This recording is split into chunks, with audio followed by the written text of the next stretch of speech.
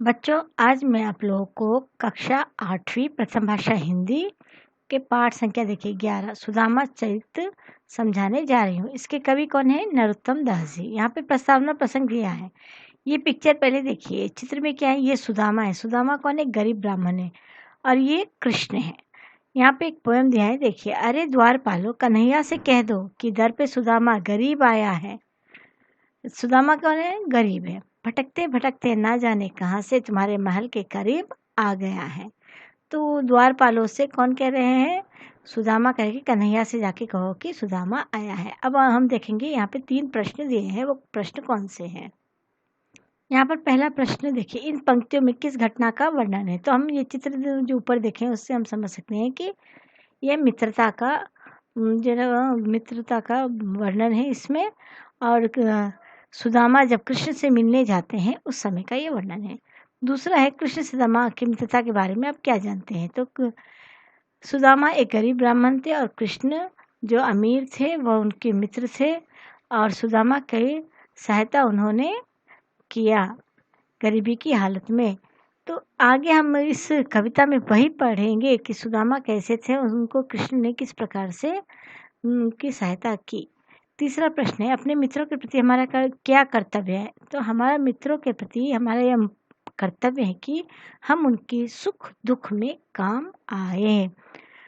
तो बच्चों, इसमें जो आपको कठिन शब्द आएंगे उसे आप लिखेंगे, आप समझकर कठिन शब्द लिखेंगे। यहाँ पर देखिए, सुदामा चरित्र में कविता का सारांश पहले मैं आपको बता देती हूँ। तो सुदामा चरित्र कविता में कवि नरोत्तम दास जी हैं। इसके कवि नरोत्तम दास जी ने श्री कृष्ण और सुदामा की दोस्ती का वर्णन किया। उन्होंने कविता में बताया है कि सुदामा जी अपनी गरीबी और बदहाली से तंग आकर अपने परम मित्र श्री कृष्ण से मदद मांगने जाते हैं। वहाँ उनकी हालत देखकर द्वार पर उन्हें महल में घुसने नहीं देते। फिर जब श्री कृष्ण को उनके आने का पता चलता है तो दौड़े चले जाते हैं और अपने अश्रुओं से सुदामा जी के पैर धुलाते हैं। फिर श्री कृष्ण सुदामा जी की पोटली से चावल खा लेते हैं और उन्हें उलाहना देते हैं कि कैसे एक बार बचपन में सुदामा उनके हिस्से के चने खा गए थे। इस तरह खूब आदर सत्कार करके प्रभु सुदामा जी को विदा कर देते हैं। लेकिन जब सुदामा जी जाते हैं तो उनके हाथ में कृष्ण कुछ भी नहीं देते हैं। सुदामा जी मन में ही मन सोचते हैं कि ये कृष्ण मेरा दोस्त कैसा है, खुद तो इतने महलों में रहता है, लेकिन मैं जो ना गरीब हूँ, तो मैं इस आशा से आया था कि इस मेरी मदद करेगा, लेकिन इसने मदद नहीं की। यह सोचते हुए मन ही मन श्री कृष्ण को 2 बातें कहते हुए जा रहे थे। जब वो गांव पहुंचते हैं तो देखते हैं कि उनका जो झोपड़ी था वो महल बन गया। उनके घर के सामने हाथी है, महावत है, हर आभूषण है, हर तरह के आभूषण है। घर कृष्ण की दया से पूरा ही उनका घर का गरीबी चला गया और वह अमीर, वह भी सुखी संपन्न हो गए। कौन? सुदामा। यहाँ पर मैं कविता पढ़ती हूँ और बीच बीच में आपको हार्ड वर्ड्स बताऊंगी, आप उसे अपने नोटबुक में लिखेंगे और भावार्थ इसका समझेंगे। बच्चों, ये भावार्थ आपको एक दिन में नहीं लिखना है, आप 2 दिन में इस भावार्थ को लिखिए, लेकिन जरूर लिखिए। शीश पगाना झगा तन में, जानने को आही बसे कही ग्रामा, धोती फटी सी लटी दुपटी, अरु पाय उपानह की नहीं सामा। द्वार खड़ियो द्विज दुर्बल एक, रहियो चकिसो वसुधा अभिरामा, पूछत दीन दयाल को धाम, बतावत आपनो नाम सुदामा। अब यहाँ पर देखिए, यहाँ पर क्या कह रहे हैं, माथे पर ना, तो मैं ऐसे भी पोएम के हिसाब से समझा देती हूँ। शीश मतलब सिर, पगा मतलब पगड़ी, झगा मतलब कपड़े। तो ना तो सिर पे उनके कपड़े हैं और ना ही तन पर ना तो सिर पर उनके कोई पगड़ी है, ना तन पर कोई कपड़ा है। जाने कहाँ से कौन से ग्रामा, इसे आप अंडरलाइन करेंगे, इसे आप लिखेंगे। तो कौन से गांव से ये आया है। धोती फटी सी दुपट्टी, तो धोती भी उनके फट चुके हैं। दुपट्टी मतलब जो गमछा रहता है वह वो भी फटी हुई है। तो इस तरह से द्वार पे खड़े हैं द्विज दुर्बल। एक द्वार पर कौन खड़े हैं? एक दुर्बल, ये कौन कह रहे, द्वारपाल कह रहे हैं कृष्ण से कि एक दुर्बल व्यक्ति द्वार पर खड़े हैं और वह कहते हैं कि वह आपको देखना चाहते हैं। नाम पूछने पर कहते हैं कि मेरा नाम सुदामा है। अब यहाँ पर देखिए भावार्थ यहाँ से भी स्टार्ट होते हैं। इस पद में सुदामा ने कृष्ण के महल के द्वार पर खड़े होकर अंदर जाने की इजाजत मांगने का वर्णन किया है। श्री कृष्ण का द्वारपाल उनको बताता है कि द्वार पर बिना पगड़ी बिना जूते ये एक कमजोर आदमी फटी सी धोती पहने खड़ा है। वो आश्चर्य से द्वारका को देख रहा है और अपना नाम सुदामा बताते हुए पता पूछ रहा है। तो ये यहाँ पर आप ये समझ गए भाव। अब दूसरा भाव यहाँ पे देखिए, दूसरा आपको मैं भाव बताती हूँ। ऐसे बेहाल बेवावन सो पग कंटक जाल लगे पुनि जोए। अब जो ना हाय महा दुख पायो सखा तुम आए इते न कित दिन खोए। देखी सुदामा की दीन दशा करना करे करना निधि रोए। पानी परात को हाथ छुए नहीं नैनन के जलसो पग धोए। अब कंटक को आप जो ना लिखेंगे हार्डवर्ड्स के अंदर और जो ना यहाँ पर करुणा निधि को भी आप लिखेंगे नैनन। अब यहाँ पे देखिए वह कृष्ण जैसे ही सुनते हैं कि सुदामा द्वार पर आए हैं तो वो जो नंगे पांव दौड़ जाते हैं उनको देखने के लिए और कहते हैं कि आपने बहुत दुख पाए हैं, इतने दिन आप कहाँ चले गए थे। सुदामा की जो ना फटी हालत देखकर कृष्ण को दया आते हैं, रोने लगते हैं। और वो एक परात मतलब बड़ा सा बर्तन होता है, परात में पानी मंगवाते हैं धोने के लिए, लेकिन वो अपनी आंखों के ही जल से, नैनन जल मतलब आंखों के आंसुओं से उनके पैर को धो देते हैं। अब यहाँ पे भावार्थ फिर से एक बार मैं आपको बताती हूँ। द्वारपाल के मुंह से सुदामा के आने का जिक्र सुनते ही कृष्ण द्वार कर उन्हें लेने चले जाते हैं। उनके पैरों के छाले घाव और उनके चुभे कांटे देखकर कृष्ण को कष्ट होता है। वो कहते हैं कि मित्र तुमने बड़े दुखों में जीवन व्यतीत किया है, तुम इतने समय मुझसे मिलने क्यों नहीं आए। सुदामा जी की दयनीय दशा देखकर श्री कृष्ण रो पड़ते और पानी की परात को छुए बिना आंसुओं को सुदामा जी पैर से धो देते हैं। अब यहाँ पर जो ना जब सुदामा यहाँ पे आए हैं तो जरूर कुछ ना कुछ भाभी उनके लिए, सुदामा की पत्नी कुछ ना कुछ कृष्ण के लिए भेजेंगे, कृष्ण को पता है। इसीलिए वह कृष्ण कहते हैं कि कछ भाभी हमको दियो सो तुम काहे न देत। भाभी ने मेरे लिए कुछ न कुछ भेजा है तो तुम मुझे क्यों नहीं दे रहे। चापी पोटरी कांख में रहे काहे कही है।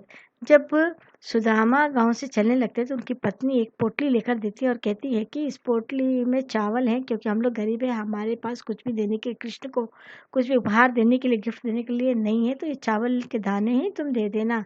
लेकिन कृष्ण की अमीरी को देखकर सुदामा को शर्म आती है कि ये मैं चावल के दाने कैसे दूं।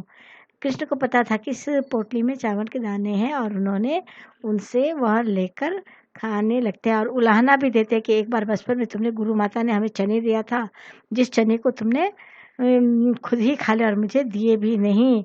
आज मैं चावल तुम्हें खाने नहीं दूंगा। आज भाभी जी ने जो भी मेरे लिए भेजे हैं वो उपहार व गिफ्ट मैं खुद खाऊंगा। यहाँ पे वही बता रहे सुदामा जी की अच्छी आप भगत करने के बाद कान्हा उनसे मजाक करने लगते हैं।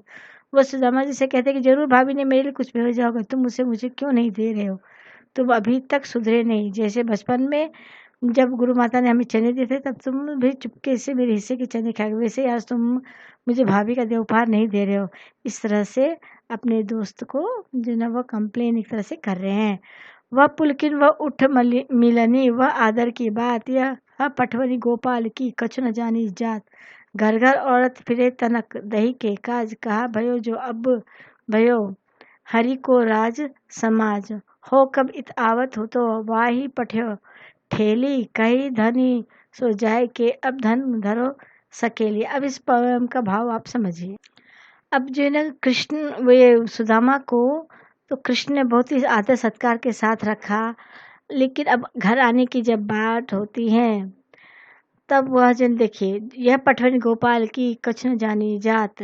तो अब यहाँ पे कहने की जब घर जाने के समय आया तो गोपाल ने, कृष्ण ने कुछ भी नहीं किया। यह वो सोच रहे हैं। तभी सुदामा को याद आता ये कृष्ण मुझे क्या देगा, ये तो खुद बचपन में घर घर में जाकर हांडी फोड़कर दही चुराता था, तो ये मुझे क्या देगा। इतना बड़ा धनी हो गया तो भी जिन्हें इससे क्या होगा। इसका मन तो वैसा ही है। इस तरह से वो मन ही मन कृष्ण को कोसते हुए जा रहे हैं। तो ये अब यहाँ पे भावार्थ में देखिए, इस पद में सुदामा के वापस घर की तरफ लौटने का वर्णन है। वो सोचते हैं कि मैं मदद की उम्मीद लेकर कृष्ण के पास आया, लेकिन कृष्ण ने तो मेरी कोई मदद नहीं की। लौटते समय निराश और खिन्न सुदामा जी के मन में कई विचार घूम रहे थे। वो सोच रहे थे कि कृष्ण को समझाना किसी के वश के में नहीं है। एक तरफ तो उनसे मुझे इतना आदर सम्मान दिया, वही दूसरी तरफ मुझे कुछ बिना कुछ दिए लौटा दिया। यहाँ तो आना ही नहीं चाहता, वो तो मेरी धर्मपत्नी ने मुझे जबरदस्ती द्वारका भेज दिया। ये कृष्ण तो खुद बचपन में जरा से मक्खन के लिए पूरे गांव के घरों में घूमता था। इसे मदद की आस लगाना ही बेकार था। इस तरह से कृष्ण के प्रति सुदामा के मन में अनेक बातें आ रही थी। जब यहाँ सुदामा पहुंचते हैं गांव तो क्या होता है देखिए, वैसे ही राज समाज बने गजबाज घने संग्राम, वैसे कंचन के सब धाम है, द्वारका के महलों फिरी आयो। भवन बिलो किबे को मन लोचत, सोचत ही सब गांव मजायो। पूछत पाड़े फिर सब सो, पर झोपड़ी को कहो खोज न पायो। अब जब कृष्ण सुदामा अपने घर के तरफ लौटते हैं, गांव लौटते हैं, तो देखते कि हर जगह जो है ना बहुत ही सुंदर हो गया, सब कुछ बदला बदला सा है। यहाँ पर जो है ना सोने के महल ही महल है। अब इनको चिंता होती है कि मेरा घर कहाँ, मेरा झोपड़ी कहाँ खो गया इसमें, इस सोने के घरों में, कहीं मैं वापस द्वारका में तो नहीं आ गया। यही सोच रहे थे। अब देखिए यहाँ पे भावार्थ है, जब सुदामा अपने गांव पहुँचते तो उन्हें आसपास सब कुछ बदला बदला दिखता है। सामने बड़े महल, हाथी घोड़े, गाजे बाजे आदि लेकर सुदामा जी सोचते हैं कि कहीं मैं रास्ता भटक कर फिर से द्वारका नगरी तो नहीं पास पहुँचा। मगर थोड़ा ध्यान देने पर वो समझ जाते कि ये उनका अपना गांव ही है। फिर उन्हें अपनी झोपड़ी की चिंता सताती है। वे बहुत लोगों से पूछते हैं मगर अपनी झोपड़ी को ढूंढ नहीं पाते। क्यों? कृष्ण ने उनके हाथ में तो कुछ नहीं दिया, लेकिन कृष्ण ने उनका गांव, उनका गरीबी ही पूरा बदल दिया। उनका घर झोपड़ी सब कुछ बदल कर गांव भी बदल दिया। गांव को भी जो है ना बहुत पैसे वाला बना दिया, अमीर धन दौलत वाला।